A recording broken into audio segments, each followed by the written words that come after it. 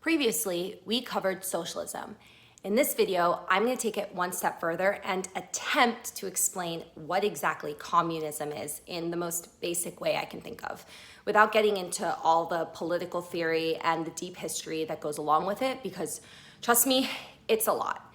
But what do you need to know to understand communism?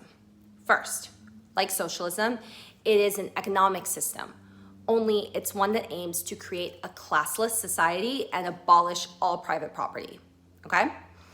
But it's also a political system, yet unlike socialism, it is not compatible with democracy because creating this entirely equal society requires an authoritarian government with the power to abolish individual rights. You can rewatch my video on socialism to better understand this distinction. Now you have the basics, so let's talk a little bit about how this all came about. You've probably heard of the name Karl Marx. While communal societies have been around since ancient times, it was Marx who made it mainstream. So much so that the ideology behind communism came to be known as Marxism. So to clarify, communism is the political economic system. Marxism is the set of beliefs or the ideology to support that system. There's perhaps no single individual who played a larger role in shaping the 20th century than Karl Marx.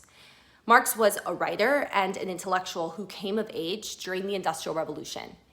To understand his ideas, you really need to understand the circumstances of the time. Advances in technology like the steam engine, electricity, and machines transformed the world at a breathtaking speed, and the very nature of our work and society changed as people moved from farmlands to urban cities. So to keep up with the pace of industrialization, millions of workers now worked in factories. But this was before any type of worker protections or worker rights existed. So you can imagine the conditions were dangerous, brutal, and inhumane.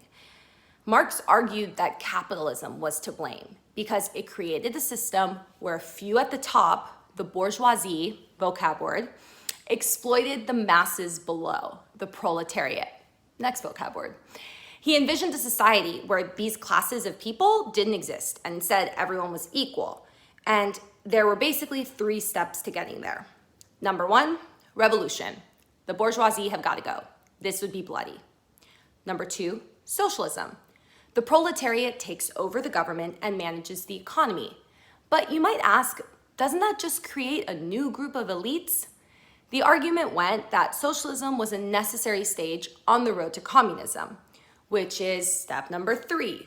We reach humanity's final destination. The new elites step down and join their comrades in the global utopian society without class divisions or really any government at all.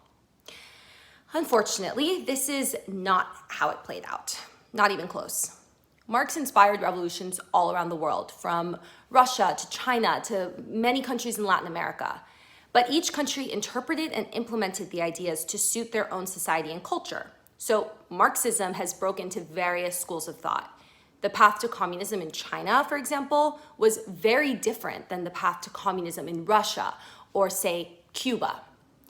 So to make a very, very long story short, there were tons of bloody revolutions, millions of people died, new governments rose and collapsed, but to this day, true communism has never actually been realized. Even in countries like China, which is the only global superpower still ruled by a communist party. If you can't tell already, this is a topic that I love talking about. The Asian revolutions were my focus in college, and I really want to get into some of the specifics from each country because, how is China run by a communist party, but they're not communism?